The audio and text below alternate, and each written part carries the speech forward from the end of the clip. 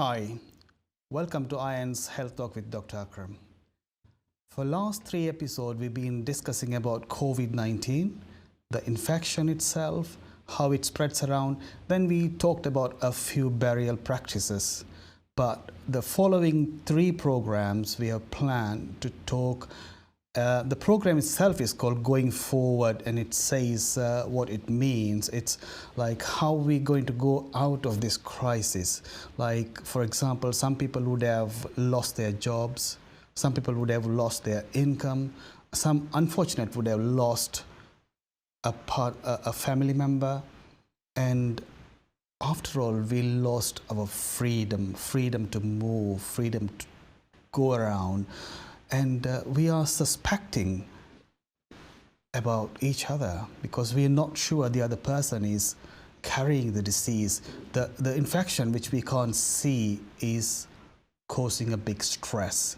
Stress is a natural phenomenon which has protected our ancestors when they lived in the forest.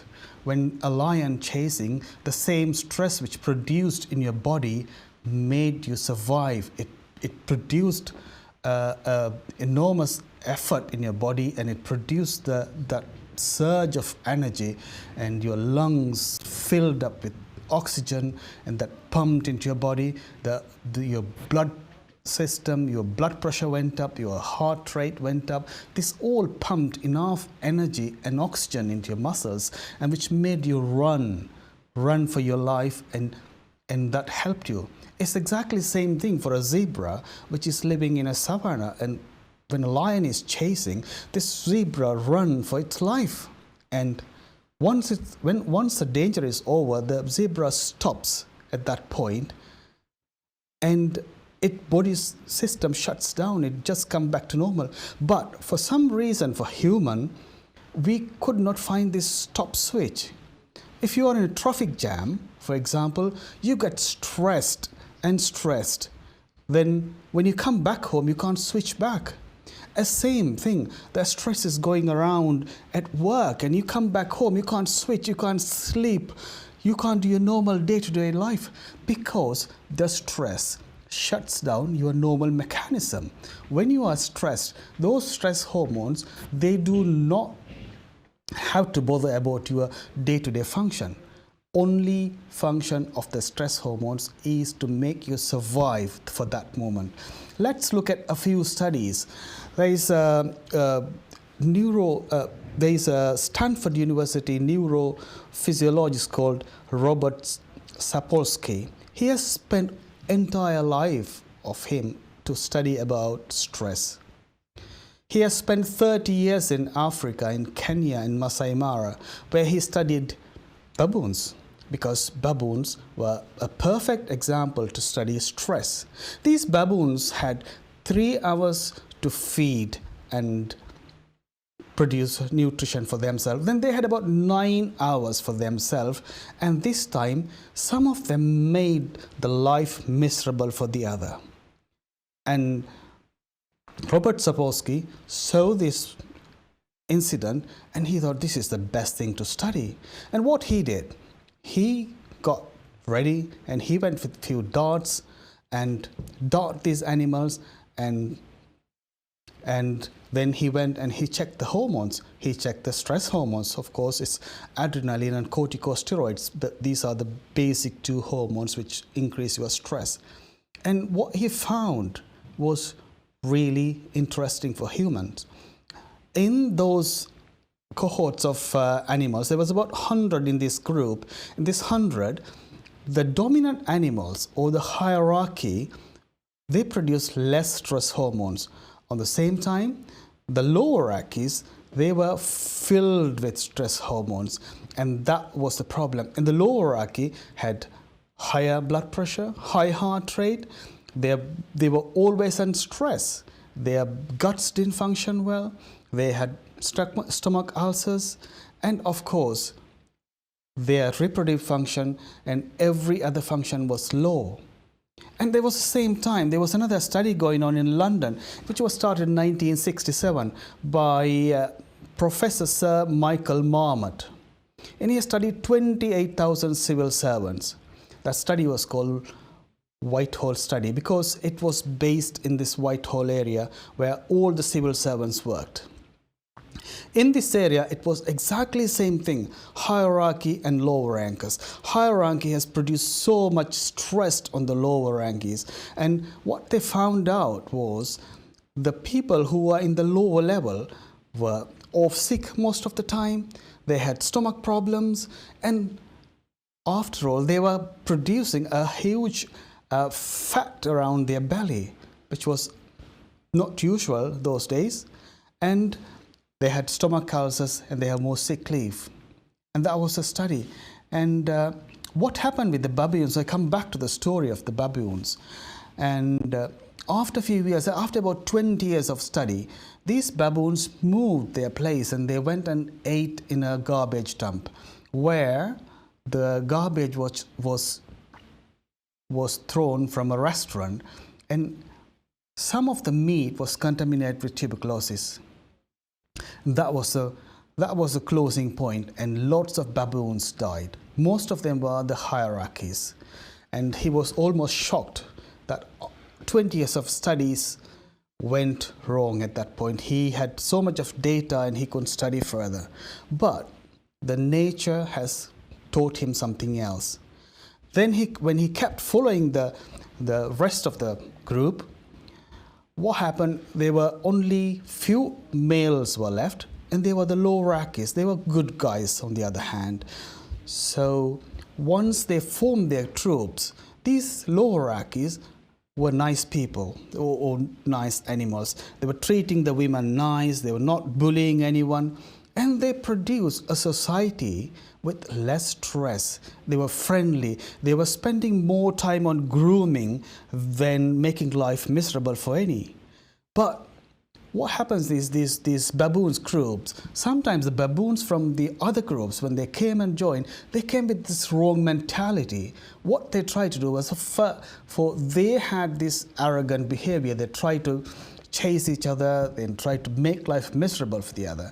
But this new group, they changed their behavior as well to be pacific, to be nice to the other group. And when he studied them, the stress hormone levels were low. What we get from here is not the main message is like, if you can calm down yourself, you can produce less stress hormones and you have a better life, and your life becomes longer, the longevity, and it all comes from this main stress hormone. Let's see what's happening with this COVID-19. We all stressed and we are thinking about it. Is there any way we can come out of this stress?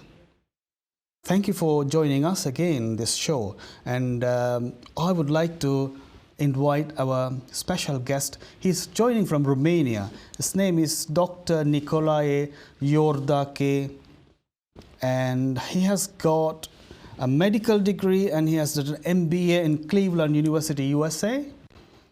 Dr. Nicolae Iordache, at the moment he teaches medical doctors and companies.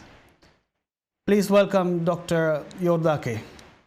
Thank you very much for the invitation, and thank you for watching us. How is the weather in Romania? Weather is incredibly dry, so probably an answer you wouldn't expect from England. It's terribly dry, so we were praying for a good rain for more than a month. So it's quite sad. Are you guys locked down as well, or you can roam around freely and enjoy the nature? Well, yeah, weather is nice, and well, the place where I am right now, it's quite generous with me, so I could still enjoy the nature. It's fine. That's amazing. That's amazing. Okay, let's go to a subject. I think, what is your perspective about lockdown? I think, did you have kind of similar thing in the past? I think I know Romania was a communist country. I don't know what kind of experience you had that time. Does it? Can you bring any similarities with these two events? I was kind of born in a lockdown. If you consider that people from Romania wouldn't travel, We didn't travel because we were a closed country, and then we wouldn't travel because we didn't have the means for that. So this is one of the reasons. Then we did have a lot of economic issues. So food was very scarce, and it was a problem for most of the families. Could you go to a supermarket and buy whatever you wanted those times, a kilo of banana or kilo of meat and all those things? Was it freely available? First of all, we didn't have supermarkets. Oh, so right. the concept of supermarket wasn't quite popular here. So we didn't have.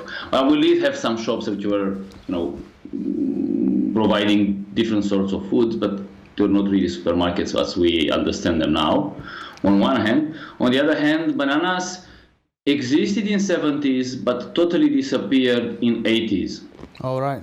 But did you have probably other different kinds of fruits, or was it? Well, we have ours, so mainly ours, and mainly when it was their times. So. Did you have to, whenever you wanted to buy something, did you get it freely those days, or you have to stay in queues, or how was it? How was the situation by then? Well, if you try to compare what the situation is now with what happened in Romania by then, so we went to a point of a crisis, but the crisis installed quite slowly. It was like, being in water which was heating up and up and up and up. So you never felt that it was like something really shocking. We had a lot of needs that were not covered. But on the other hand, we adapted very easily. So I think that would be the difference between what we see now and what it happened then. What I'm going to say is, like, at the moment we are all locked down in England. The schools are closed, shops are closed. You can't go to the shopping malls. You can't go on holidays. People are in tension. They feel stressed. What do you say about it? Did you feel a kind of similar thing in the past, or do you feel it now? Or what do you relate to something? Well, I think it's less with what I see I remember from the past. It's more with what I see right now here. It's close to what I see right now in Romania. There are people who, if you really live in a block of flat in a big town, when there are strict rules and you cannot move much outside, it's gonna be frustrated. If you are a child and you spend a few months in a house, when you're growing and you that's true, yeah. You expect a social life, and nobody is gonna give you back the years from the age 14 to 14.5 years old. For older people it's different, but I think what scares people is first the invisibility, so they don't see the virus. They don't see even the people suffering of the virus, most of it. We only hear it on the media. We see consequences. People don't understand them very well, or don't want to understand it because they have different needs or different ambitions.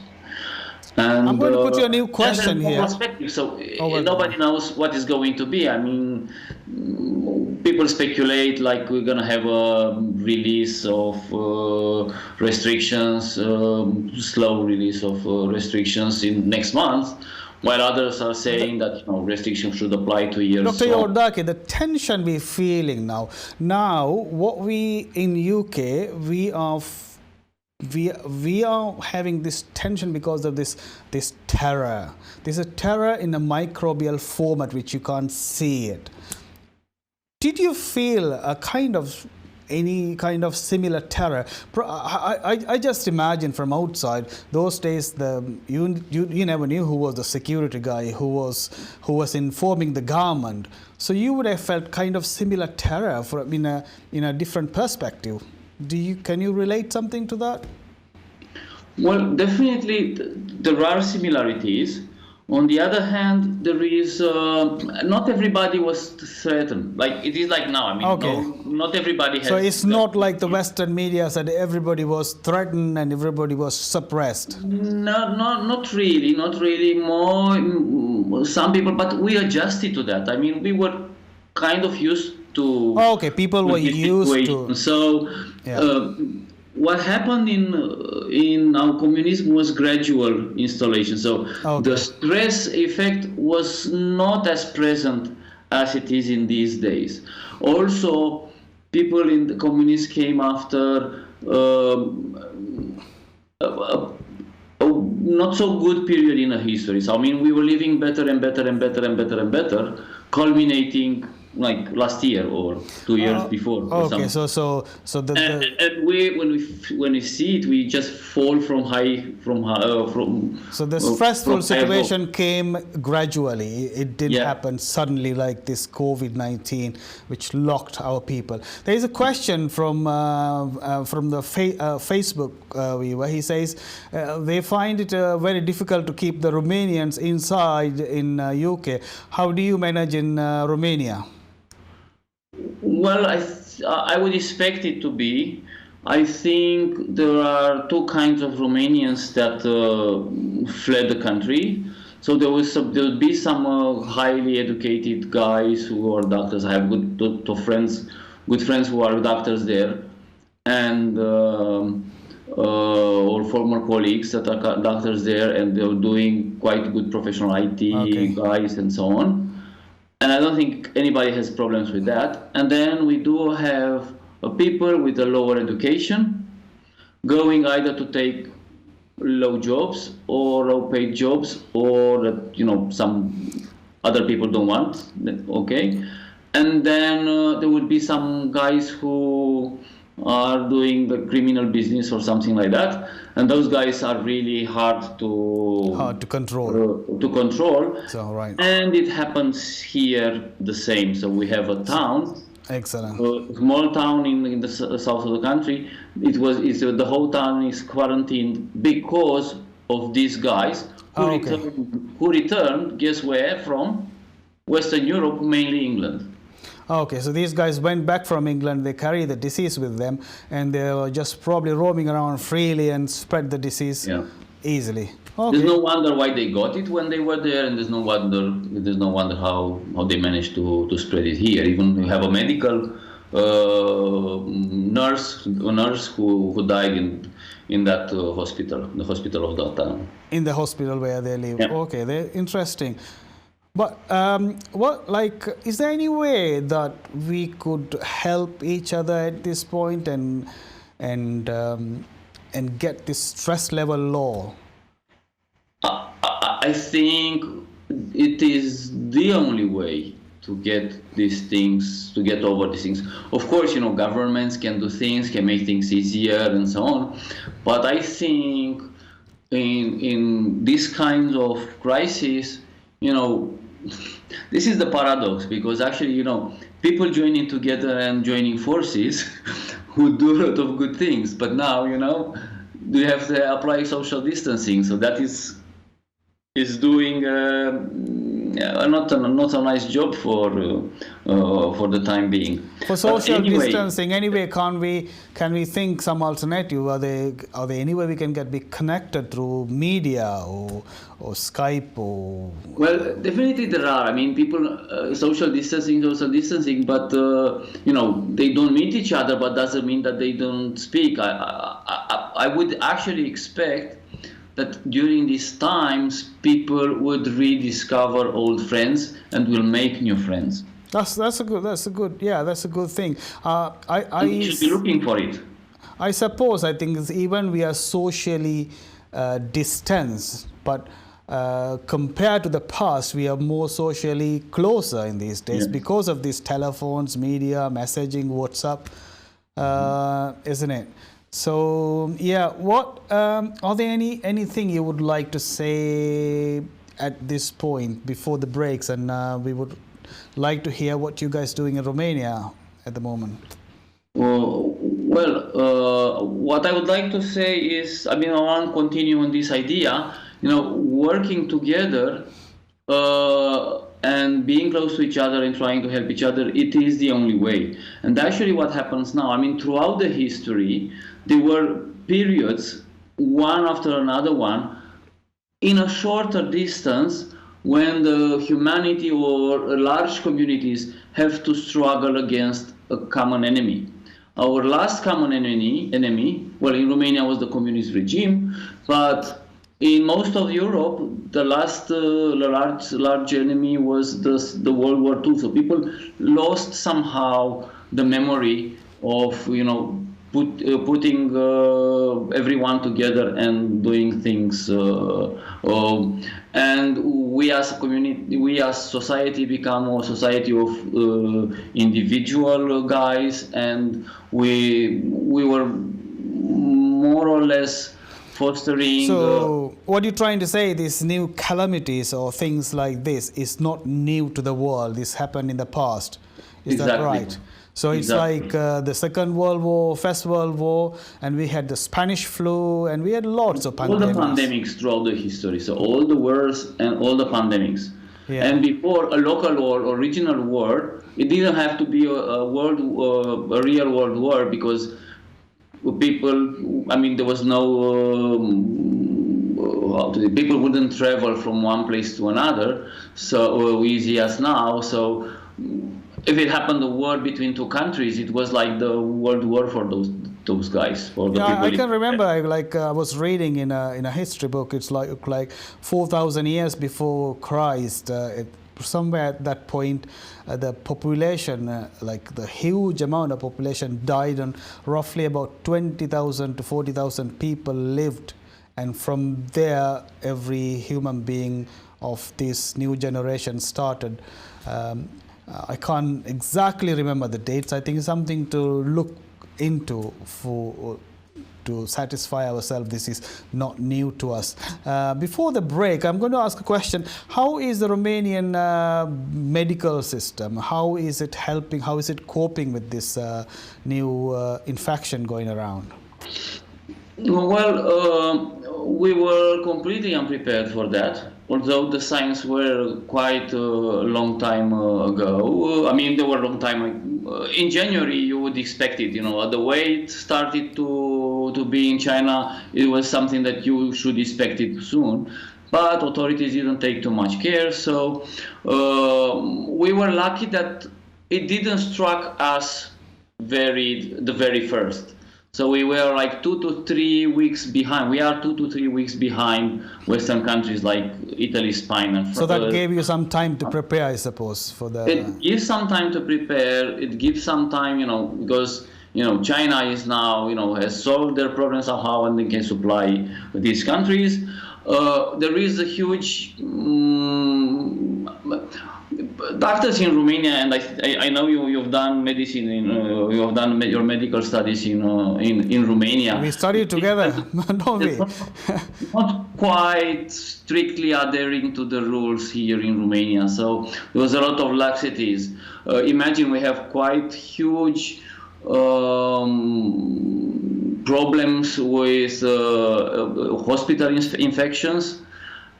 And this is because of the system. It's not like, this is because of Romania, because the doctors cover the truth, and because the authorities do not take measures. So in this kind of mentality, now we have this kind of enemy. Anyway, so far so good. So it take a week or more to double the number of deaths so far, yes, which is not really bad for the moment. But we will see what we should do. Yesterday, although there is a lockdown in the country, the Ministry of the Interior came and said that the police guys are going to give some light. I don't know if you're familiar. I don't know how this in English. They go to the church and they take a lit candle, and it has to be spread throughout the community. So they said that they have to do this, which is okay. So in they're the middle trying of the night. It's unbelievable. Excellent. Excellent. What we're going to do, we're going to take a quick break before we go back to more discussion. And thank you guys being with us, and we'll see you after a short break.